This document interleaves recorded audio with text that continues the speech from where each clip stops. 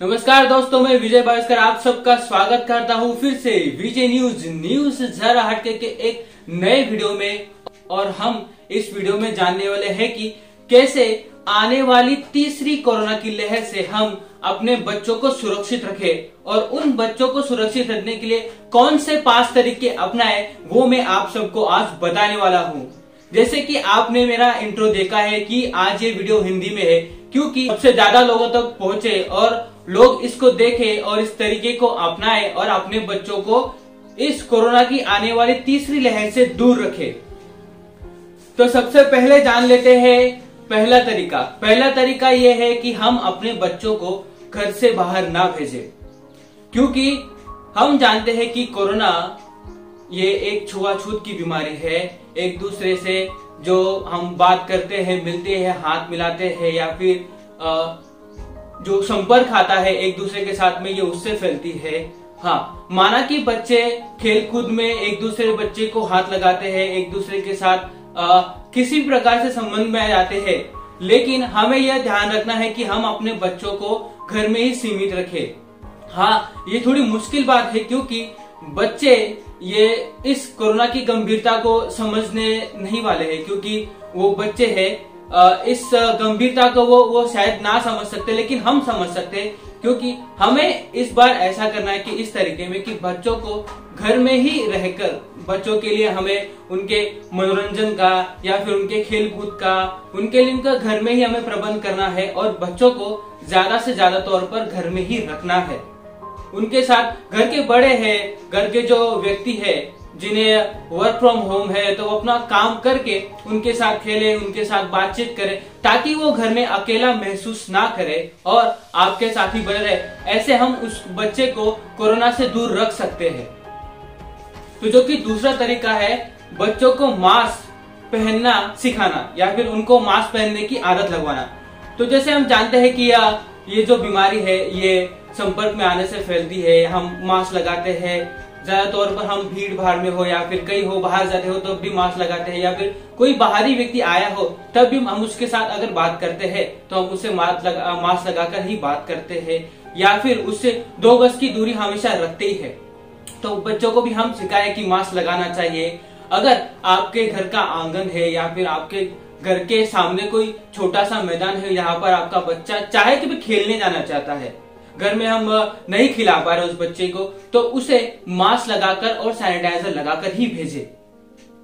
उसे कहे कि बच्चों के साथ खेले मगर उनके संपर्क में कम से कम आए या फिर उनके संपर्क में ना ही आए। बच्चों के साथ में अगर चाहे तो घर का कोई बड़ा उनके साथ जा सकता है और उसके साथ जा करके उस पर ध्यान रखे कि वो किसी के संपर्क में ना रहे और वो खेल सके। तो अगर बच्चा आपका बाहर निकल के खेलना चाहे तो उसके साथ जाए और उसके बर्ताव के तरफ या फिर वो किसी को छुए ना या फिर किसी के संपर्क में ना आए, इसका ध्यान आप जरूर रखें। सैनिटाइजर साथ ले जाए, मास्क साथ ले जाए उसके, और उसको मास्क लगाकर सैनिटाइजर उसको साथ में खेलने दे।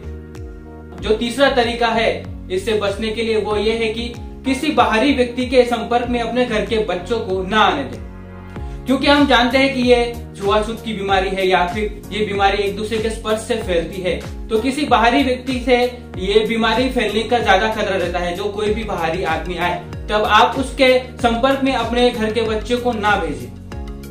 बच्चा चाहे, अब बात ऐसी रहती है कि कोई रिश्तेदार आता है, कोई दोस्त आता है, कोई पड़ोसी आता है, तो ज्यादातर वो अपने घर में आता है तो वो बच्चों से स्नेह करता है, बच्चों से बातें करता है, उसे छूने की कोशिश करता है, बेटा कैसे हो, क्या नाम क्या तुम्हारा। तो हम मना भी नहीं कर सकते, लेकिन यह बात होती है कि इस परिस्थिति की गंभीरता को भी समझे और बच्चे को किसी दूसरे के संपर्क में ना आने दे। प्यार ऐसी बात है जो आप छुए बगैर भी उसे कर सकते हैं। तो ये हमें ध्यान में रखना है कि हम भी अगर किसी दूसरे के घर जाते हैं तो उनके बच्चों से हम एक दूरी बनाए रखें। हम समझदार हैं, हम सामने वाले से दूरी बना के रखते हैं, लेकिन गलती से भी हो जाता है या फिर हम जानबूझकर नहीं करते।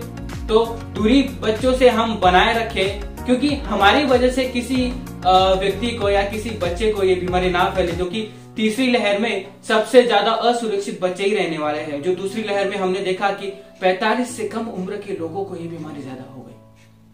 और इसकी वजह से न जाने कितने लोगों को अपने प्राण गंवाने पड़े। आज भी लोग इससे संघर्ष कर रहे हैं। न जाने कितने माँ बाप अपने जो बच्चे थे जो बाहर कमाने वगैरह गए उनको गंवा चुके हैं, किसी ने अपने माँ बाप गंवा चुके हैं। हमने इस तरह के विदारक चित्र देखे हैं और आज भी देख रहे हैं। तो हमें इस गंभीरता, इस बीमारी की गंभीरता को समझना है। जो एक कहते हैं ना इंग्लिश में, precaution is better than cure, कि हमें सावधान रहना चाहिए। सावधानी हटी दुर्घटना घटी। तो हमें ये तरीके अपनाने चाहिए। जो चौथा तरीका है वो बच्चों की स्वच्छता पर ध्यान देना है। जो चौथा तरीका है उसमें हमें क्या करना है कि बच्चों की स्वच्छता है उस पर ध्यान रखना है। बच्चों को हमेशा दिन में 3 बार, यानी कि दिन में 3 बार हमें बच्चों की स्वच्छता पर ध्यान रखना है। बच्चों के हाथ पैर, बच्चों का मुंह वो धोना है, उनके कपड़ों की साफ सफाई करनी है, या फिर उन वस्तुओं को जो छुआ है, यानी कि जो उन वस्तुओं को बच्चे जो वस्तुओं को छूते हैं, या फिर खिलौने हैं, या फिर घर की अनेक वस्तुएं हैं जो बच्चों को छूता है, तो उन्हें हमेशा सैनिटाइज करते रहना है, ताकि उन्हें छूने के बाद बच्चे जिस चीजों को छूते हैं वो चीजें सुरक्षित रहे और आपका बच्चा भी उन्हें छूने से सुरक्षित रहे। और जो 5वां तरीका है, जो आखिरी तरीका है, वो ये है कि अगर आपके घर का कोई भी बच्चा सामान्य सा फ्लू हो या फिर सर्दी खांसी हो, अगर बीमार पड़ता है तो उसे तुरंत ही अस्पताल ले जाना है, डॉक्टर से उसकी सलाह करनी है, उसे डॉक्टरी सलाह से उसका इलाज करवाना है, और अस्पताल में भी जाए उसे आप मास्क लगाकर ले जाए, उसकी सुरक्षा की ध्यान रखें। बच्चे को अपने से दूर ना करें, बच्चे को अस्पताल में किसी बेंच पर ना बैठाए, उसको अपनी गोद में ही रखें, और इलाज करवाने के बाद या फिर अस्पताल से आने के बाद बच्चे को आप घर में लाकर नहला दें, उसके कपड़े बदल लें, और उसको हमेशा आप कोई दवाई या फिर जो पानी में डालकर आप नहलाते हैं, तो उस पानी से उसको नहलाए, उसको स्वच्छ करें और उसको हमेशा इन बीमारियों से दूर रखें। सामान्य से सामान्य फ्लू या सर्दी खांसी भी आपके बच्चे के लिए घातक हो सकती है इस कठिन परिस्थिति में। तो आप इनका इस्तेमाल करके अपने बच्चों को इस गंभीर बीमारी से दूर रख सकते हैं। ये जो मैंने आपको 5 तरीके बताए हैं, ये 5 तरीके करने ज्यादा कठिन तो नहीं है। कभी कभी बच्चे संभालते हैं और हमें भी मुश्किलात आती है कि बच्चों को इन तरीकों से कैसे हैंडल करें, या फिर बच्चे नहीं सुनते, बच्चे भागादौड़ी करते। लेकिन ये ना उनकी ना किसी और की जिम्मेदारी है, ये हमारी जिम्मेदारी है कि हम बच्चों को कैसे सुरक्षित रखें, ताकि हम बच्चों को या फिर अपनों को इस बीमारी के, जिन लोगों ने भी अपने बच्चों को या फिर अपने रिश्तेदारों को या फिर अपने लोगों को इस बीमारी में खोया है, हम उनका दुख दर्द जानते हैं, ताकि हम भी अपने बच्चों को या फिर अपने इस बीमारी से दूर रखने के लिए चाहे थोड़ा बहुत सख्त भी होना पड़े बच्चों पर, लेकिन आज अगर आप सख्त होते हैं तो शायद आप इस बीमारी से बच्चों को दूर रख पाएंगे। तो इन 5 तरीकों का आप इस्तेमाल करें। और भी तरीके हैं, और भी अब तरीकों से करें। सामान्य से सामान्य तरीके हैं छोटे छोटे बच्चों के लिए।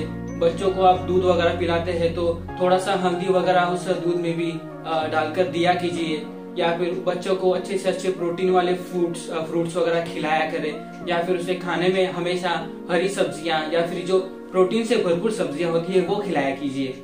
हाँ, बच्चे सब्जियां नहीं खाते, लेकिन उन्हें किसी न किसी तरीके से थोड़ा थोड़ा बहुत खिलाया करें, क्योंकि हमें उनकी जो रोग प्रतिकारक शक्ति है, जो इम्यूनिटी पावर है, वो बढ़ानी है। तो इन सब छोटी छोटी तरीकों से या फिर इस 5 तरीकों से आप बच्चों को इस बीमारी से दूर रख सकते हैं। तो आप इनका जरूर इस्तेमाल कीजिए और मेरे इस चैनल को सब्सक्राइब कीजिए, जिसका नाम है वीजे न्यूज जरा हटके। मैंने पहले भी कई वीडियो में आप सबको सब्जियां धोना या फिर मास्क कौन सा पहनना या फिर और बहुत सी चीजों के लिए वीडियो बनाए हैं। तो आप मैं डिस्क्रिप्शन में लिंक दे देता हूँ, आप उस लिंक पे जाकर वीडियो देख लीजिए। वो मराठी में है, आपको फिर भी समझ आ जाएगी कि मैं उसमें क्या बात कर रहा हूँ। तो ये मेरा पहला हिंदी वीडियो है, तो आपको ये मेरा हिंदी वीडियो कैसा लगा ये आप मुझे कमेंट बॉक्स में जरूर बताइए। और मेरे चैनल को सब्सक्राइब करें, वीडियो को लाइक करें और ज्यादा से ज्यादा लोगों को शेयर करें, क्योंकि हमें इस महामारी से लड़ना है और लड़कर जीतना है, क्योंकि हम हारने वालों में से नहीं है। जाने दुनिया में कितनी ऐसी बीमारियां आई है जिससे हम लोग लड़े हैं और जीते भी हैं। हम इस बीमारी से लड़ेंगे भी, जीतेंगे भी और इसे हराएंगे भी। जय हिंद, जय महाराष्ट्र, नमस्कार।